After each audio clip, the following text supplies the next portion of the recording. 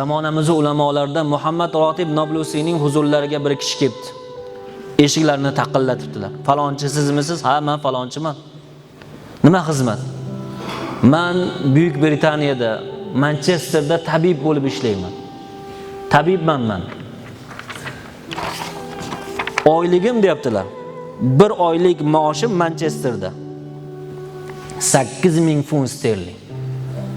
Men bir oyda 8,000 funt sterling, uyim bor, avtomashinam bor. Manchesterda yashayman.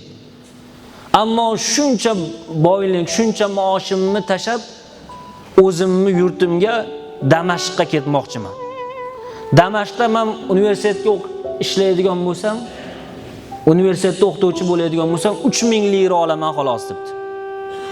8,000 funt sterling qayerda-yu? 3,000 lira qancha? Muhammad Rotib Noblusiy so'rabdilar, "O, siz 8,000 funt sterling maoshingiz, avtomashinangiz, uyingizni tashab Suriyaga, Damashqqa ketishingizga sabab nima?" deb. Hozir Suriya urush, vayrongarchilik joyi bo'lib qoldi bir vaqtlar, o'sha gullab yashnagan vaqtdagi holatda bu. Nima sabab desa, Manchesterda, Buyuk Britaniyada bo'lib o'tgan bitta voqea meni uyimga ketishga majbur qildi dedi. Nima bo'ldi?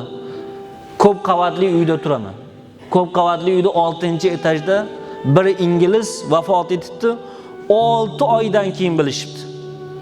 Uni borib topilganida u sasib ketgan, qurt bosib ketgan. Qish fasli bo'lganligi uchun odamlar bilmagan. Eng yomoni deydi bu kishi tabib. Uni farzandlari ko'p edi deyapti. 6 oyda farzandlari eslamabdi deyapti.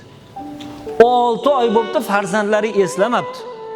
Mana shu holatni ko'rganimda men vatanimga qaytishni orzu qildim deyapti. O'sha oyligi, hashamatu, boyligi, hamma narsasini tashlab vatanga qaytishga rozi bo'ldim deyapti. Nima demoqchiman aslida? Bizda qanoat bo'lsin. Mamlakatni tashlab, yurtni tashlab, pul topaman deb boshqa mamlakatlarga ketayotganlar bor. Mayli borib o'qisin, ishlasin, ish o'rgansin, lekin albatta vatanga qaytish kerak ular. Biz o'sha Yevropaga borgan safarimizda ham vatandoshlarimiz bilan ko'rishganimizda shu gapni takrorladik. Mayli bu joyda o'qing, yaxshi ishlang, ish o'rganing, lekin albatta yurtga qaytish kerak. U joyda qolib ketmaslik kerak.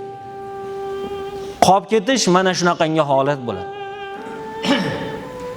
Biz orzu qilayotgan, biz havas qilayotgan mamlakatlarda 6 oy otasini, onasini ko'rmasa ham ishi yo'q.